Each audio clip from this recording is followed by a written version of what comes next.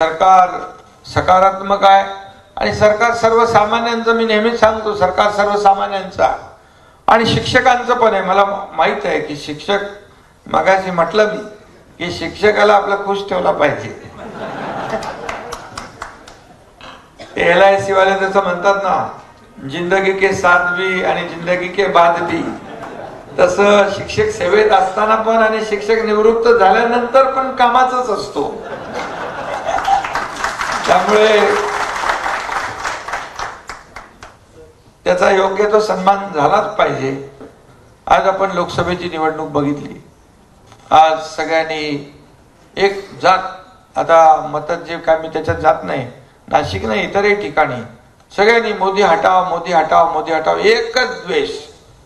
आणि त्यांच्याकडे विकासाचा अजेंडा होता, बाकी लोकांकडे काय होतं, मोदी हटाव, मोदी हटाव, मोदी तो हटाने वाले हट गए, मोदी तो बैठ गए उधर, अभी क्या करेंगे, असं देखील आता चिंता झाली काही लोकांना.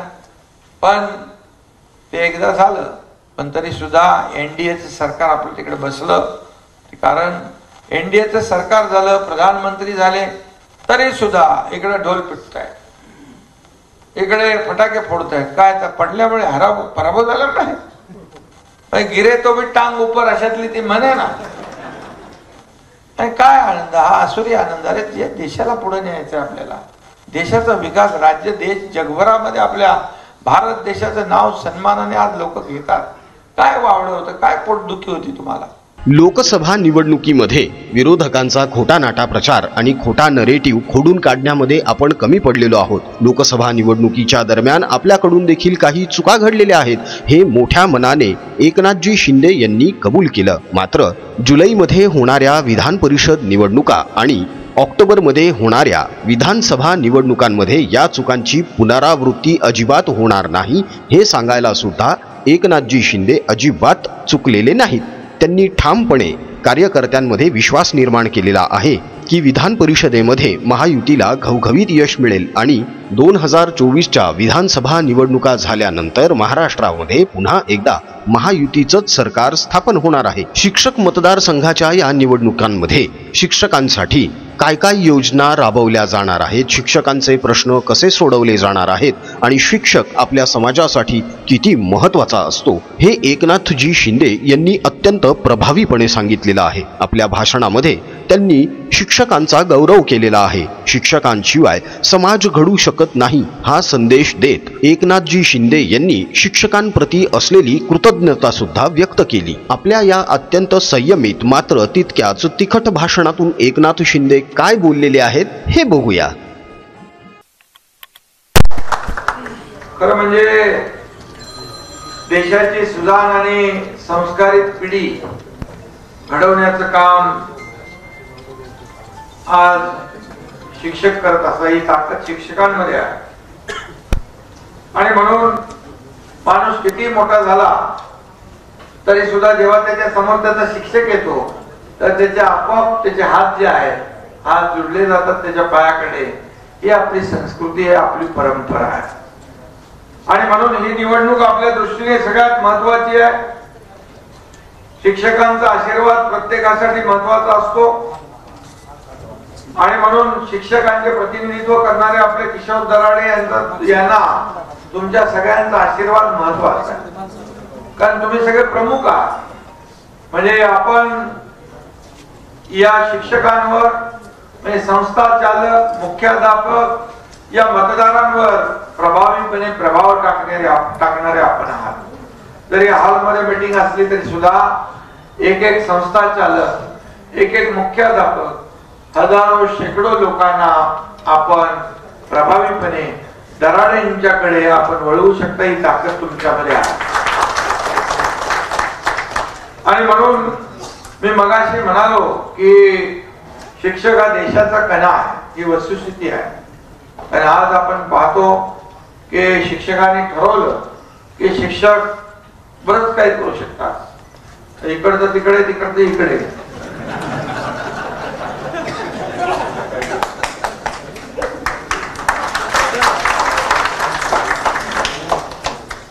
नुकत्याच झालेल्या लोकसभेच्या निवडणुकीबद्दल नाही बोलत तुम्हाला. त्याच्यामध्ये एक वेगळंच खोटं नॅरेटिव्ह सेट केलं लोकांनी. काय तर संविधान बदलणार, आरक्षण जाणार, मोदी आले की 400 पार झालं की असं होणार तसं होणार, हे खोटे नॅरेटिव्ह जे आहेत आणि या सगळ्या लोकांमध्ये असं घुसवलं, बिंबवलं की ते आपण खोडून काढणं, आपण कुठेतरी कमी पडलो. आणि त्याचबरोबर मग थोडा इकडे कांद्याचा पण विषय होता, आणखी काही विषय होते, काही आपलेच लोक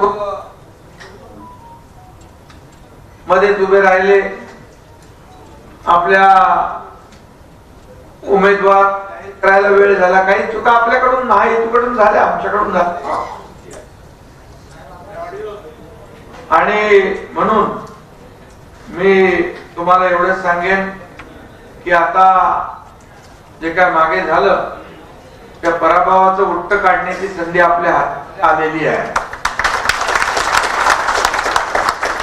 आणि शिक्षकांना न्याय मिळवून देण्यासाठी दराडे यांना विधान परिषदेमध्ये आपल्याला पाठवण्याची आवश्यकता आहे. खरं म्हणजे त्यांनी अनेक विषयाला हात घातलेला आहे. ते अनुभवी अभ्यासू लोकप्रतिनिधी आहेत आणि शिक्षकांच्या प्रश्नांची त्यांना चांगली जाण आहे. त्यांना एक तळमळ आहे, त्यांचे प्रश्न सोडवण्याची हातोटी आहे. मी पाहिलं त्यांना की जे काही विषय आहेत ते विधानसभेच्या अधिवेशनामध्ये मांडताना देखील त्यांना पाहिलं. आणि मगाशी म्हटल्याप्रमाणे शिक्षकांचा आत्मसन्मान टिकून ठेवणे, प्रतिष्ठा वाढवण्यास किशोर दराडे यांनी सातत्याने प्रयत्न केलेले आहेत.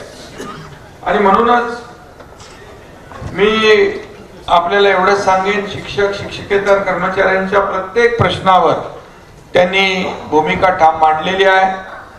आणि जे काही त्यांनी मांडलं त्याला सरकारने देखील प्रतिसाद दिला. आपल्यास खरं म्हणजे मोठा विषय आपण जो काही या ठिकाणी जुन्या पेन्शनचा घेतला.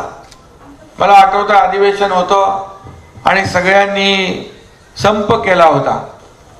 आणि संप केल्यानंतर सगळेच कर्मचारी, लाखो कर्मचारी त्याच्यामध्ये होते. मग मी त्यांना बोलवलं, बैठक घेतली आणि जुनी पेन्शन योजना लागू होऊ शकत नाही अशा प्रकारची सगळ्यांचीच भावना झाली होती.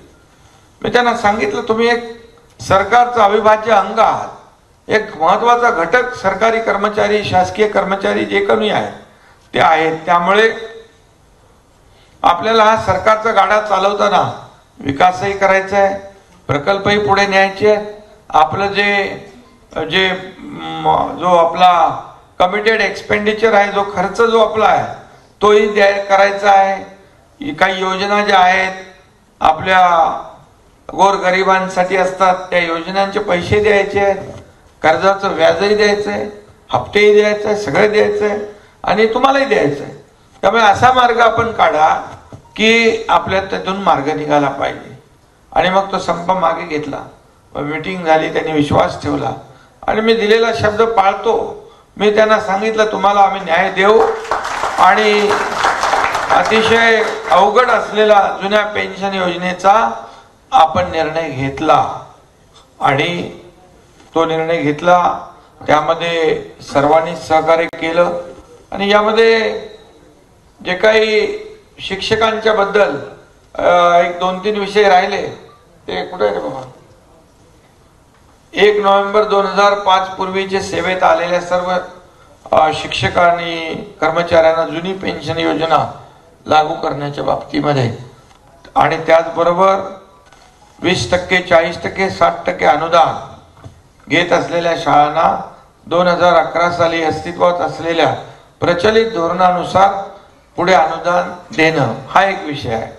आणि शाळांना वेतनेतर अनुदान 7व्या वेतन आयोगानुसार देणं आणि आदिवासी आश्रमशाळेची कामकाजाची वेळ 11 ते 5 मला त्यांनी त्याविषयी चर्चेमध्ये देखील सांगितलं. आणि मी आपल्याला एवढंच सांगतो, जास्त काय मी भाषण करत नाही मोठं, पण आचारसंहिता संपल्यानंतर हे सर्व विषय आपण सकारात्मक दृष्टिकोनातून सोडवू आणि आपल्या या सर्व मागण्यांना न्याय. त्यामुळे काही असं काही ते वावग मागण्या आपल्या नाही आहेत. त्यामुळे याच्यातून देखील आपण मार्ग काढू. एवढा मोठा मार्ग काढलाय, हा छोटा मार्ग आहे. त्यामुळे मला वाटतं सरकार पॉझिटिव्ह आहे, सरकार सकारात्मक आहे आणि सरकार सर्वसामान्यांचं, मी नेहमीच सांगतो सरकार सर्वसामान्यांचा आणि शिक्षकांचं पण आहे. मला माहित आहे की शिक्षक, मगाशी म्हटलं मी की शिक्षकाला आपला खुश ठेवला पाहिजे. LIC वाले जसं म्हणतात ना, जिंदगी के साथ भी आणि जिंदगी के बाद भी, तसं शिक्षक सेवेत असताना पण आणि शिक्षक निवृत्त झाल्यानंतर पण कामाचाच असतो. त्यामुळे त्याचा योग्य तो सन्मान झालाच पाहिजे. आणि दराडे अतिशय चांगलं काम करतायत. त्यांनी खूप याला विषयाला हात घातला होता. मंजूर केलेली नवीन कंत्राटी शिक्षक भरती रद्द करण्यासाठी त्याने पुढाकार घेतला. प्रलंबित वैद्यकीय अर्जित रजा, फरक बिल, वेतन आयोग हप्ता, त्याच्यातला फरक, यासाठी देखील आपल्याला मला वाटतं नाशिक विभागाला 1500 कोटी रुपये आपण सरकारने दिले. त्याच्यामध्ये दराडेंचा मोठा सिंहाचा वाटा आहे. छोटी छोटी कामं असतात, PF, पेन्शन, मेडिकलची बिलं ही वेळेवर मिळाली पाहिजे. त्या बाबतीत देखील अतिशय संवेदनशील भूमिका आपल्या दराडेंनी नेहमी घेतलेली आहे. आणि त्यामुळे मगाशी जे म्हटलं त्यांनी की मला त्या दिवशी आंदोलनामध्ये दिसलं आणि तेव्हा मी ठरवलं की शिक्षक मतदार आमदार बनायचं, ते खरं आहे. आणि म्हणून काही वेळा छोट्या छोट्या कारवाया होत असतात, त्या कारवाया होऊ नये यासाठी देखील त्यांनी प्रयत्न केले. संप काळातले 71 दिवसांचं जे पगार देण्यासाठी देखील त्यांनी प्रयत्न केला आणि तो देखील मिळून दिला ना, आपण मिळून दिला. आणि त्याचबरोबर शाळांना संगणक असतील, प्रिंटर, पुस्तक संच, मायक्रोस्कोप वाटप करण्यात देखील पुढाकार त्यांनी घेतलेला आहे.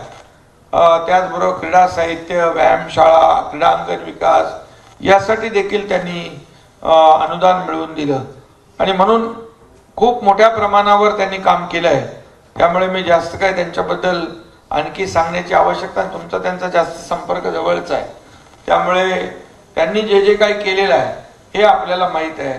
आणि म्हणूनच त्यांनी त्याचबरोबर खासगी अनुदानित शाळेतले अर्धवेळ आणि पूर्ण वेळ ग्रंथपाल, प्रयोगशाळा सहाय्यक, कनिष्ठ लिपिक, चतुर्थ श्रेणी कर्मचाऱ्यांनी वाढीव मानधन मिळवण्यासाठी प्रयत्न केले.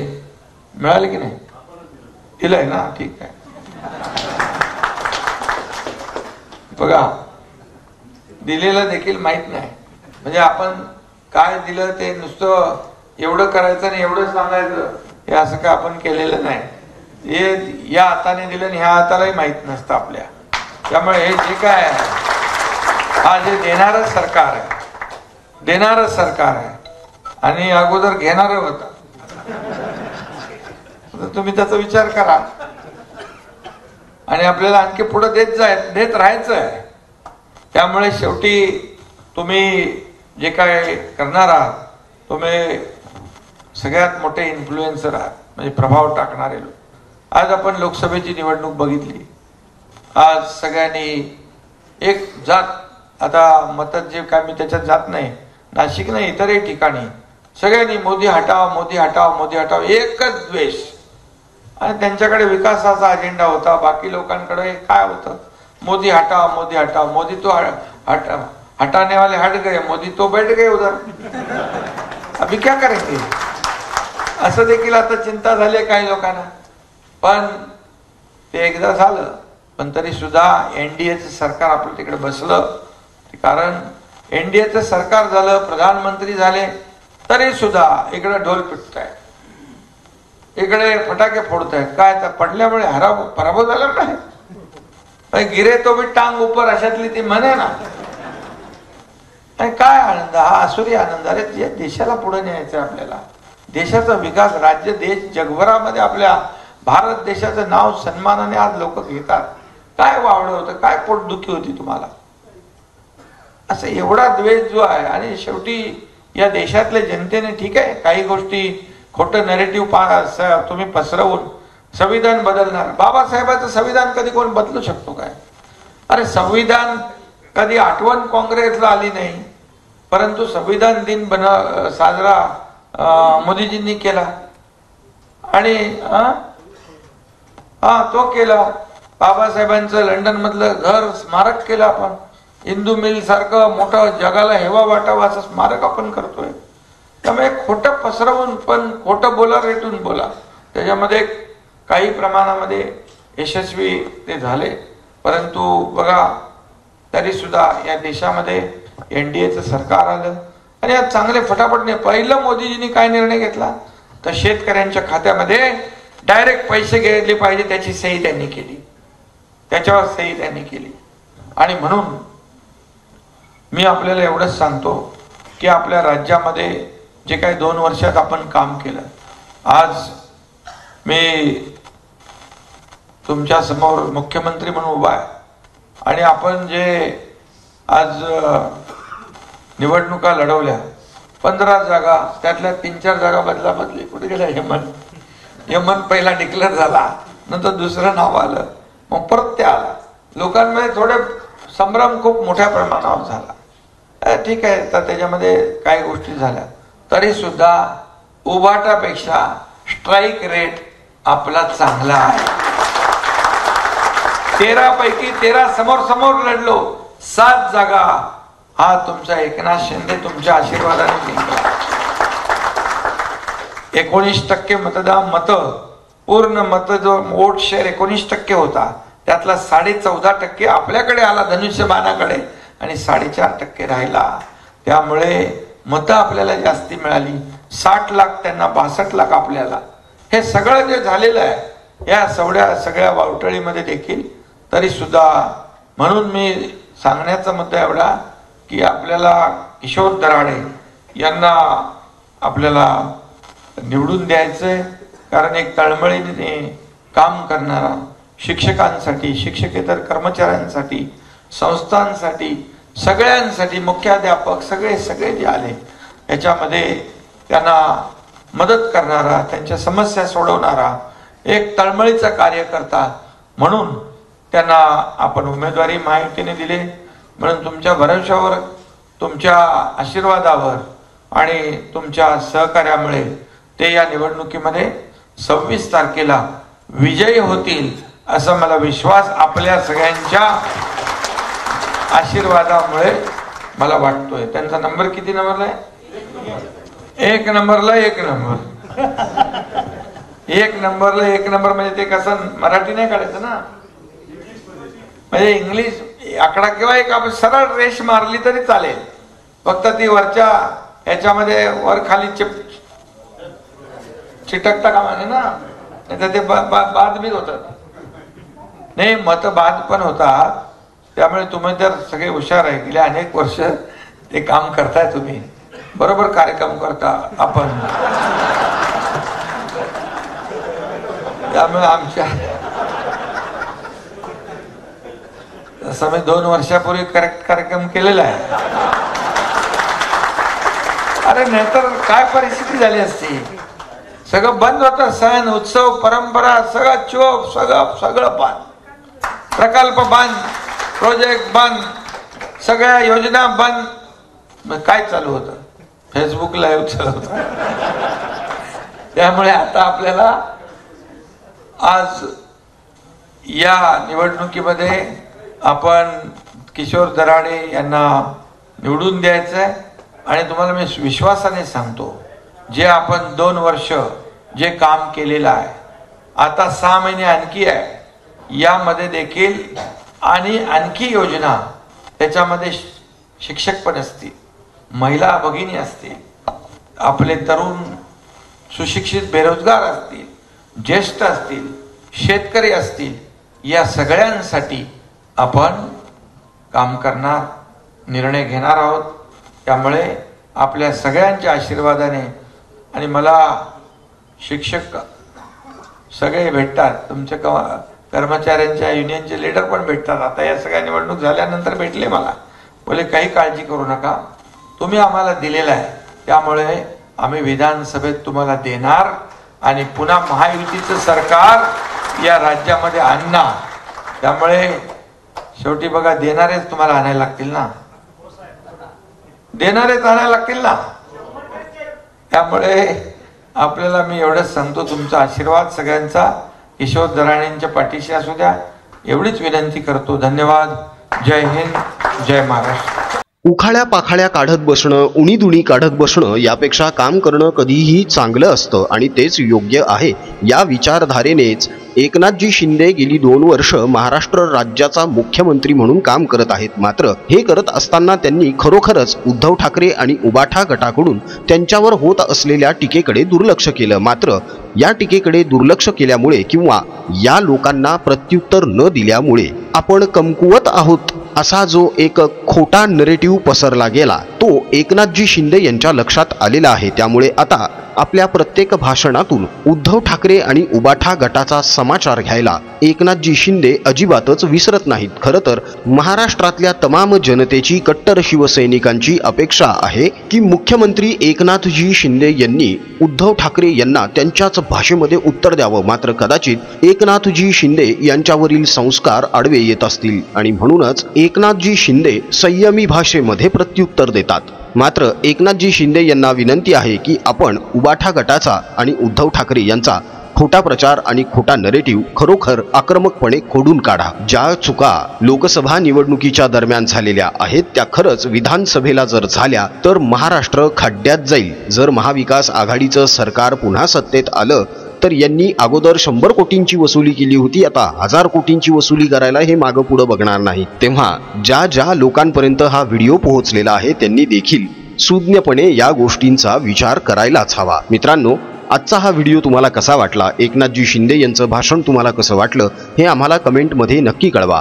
अजून जर तुम्ही महाप्रपंच या यूट्यूब चॅनलला सबस्क्राईब केलं नसेल तर प्लीज अवश्य सबस्क्राईब करा. सोबतच या व्हिडिओच्या डिस्क्रिप्शन बॉक्समध्ये आम्ही आमच्या भारत प्रपंच या हिंदी यूट्यूब चॅनलची लिंक दिलेली आहे, त्या लिंकला क्लिक करा आणि महाप्रपंच प्रमाणेच भारत प्रपंच या हिंदी यूट्यूब चॅनलला सुद्धा सबस्क्राईब करा. या दोन्ही यूट्यूब चॅनल्सच्या माध्यमातून आम्ही राजकीय साक्षरता निर्माण करण्याचा प्रयत्न करत आहोत. यासाठी तुमची साथ लाभणं आम्हाला खूप गरजेचं आहे, आमच्यासाठी ती नितांत गरज आहे. तेव्हा महाप्रपंच आणि भारत प्रपंच या दोन्ही यूट्यूब चॅनलला भरभरून प्रतिसाद द्या, सहकार्य करा, पाठिंबा द्या. महाप्रपंच आणि भारत प्रपंचच्या व्हिडिओजला लाईक करून आपल्या मित्र आणि परिचितांमध्ये जास्तीत जास्त प्रमाणामध्ये शेअर देखील करा. आजचा व्हिडिओ तुम्हाला कसा वाटला हे कमेंटमध्ये कळवायला अजिबात विसरू नका. राजकीय अपडेट्स, राजकीय घडामोडी, राजकीय बातम्या रंगतदार पद्धतीने जाणून घेण्यासाठी बघत रहा महाप्रपंच. पुन्हा भेटूया पुढच्या व्हिडिओमध्ये. जय हिंद, जय महाराष्ट्र, वंदे मातरम, जय श्रीराम.